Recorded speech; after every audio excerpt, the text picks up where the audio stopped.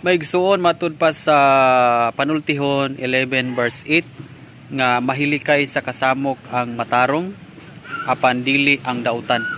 So kani nga verse maigsuon nagpahinumdom ni kanato nga ang pagkamatarong mao kini ang paglikay sa mga kasamok sa atong kinabuhi.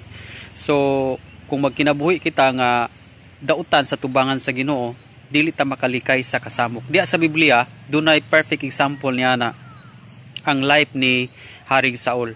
Si Haring Saul, tungod sa kasinan niya ni David, mao to hinungdan nga nasamok hinon sa pag-ayo. So ang kasina muna say dautan sa tubangan sa Ginoo, nga naa sa kasing-kasing ni Saul. Munang klaro ang mga verse nga dili gyud makalikay di ay ang tawo nga dautan sa mga kasamok. So kung na kay mga kasamok karon sa imong kinabuhi, sa imong pamilya, kinahanglan nga ma-realize nato nga naatay mga pagkinabuhi siguro nga sukway sa tubangan sa Ginoo. So we must repent, kinahanglan tang maghinulsol ug kinahanglan tang magpaubos tong kaugalingon ug dawaton nato ang grasya sa Ginoo, ang pagpasaylo sa Ginoo. Mangayo tag kapasayloan sa atong mga binuhatan sa dili paulay ang tanan. Salamat ug God bless.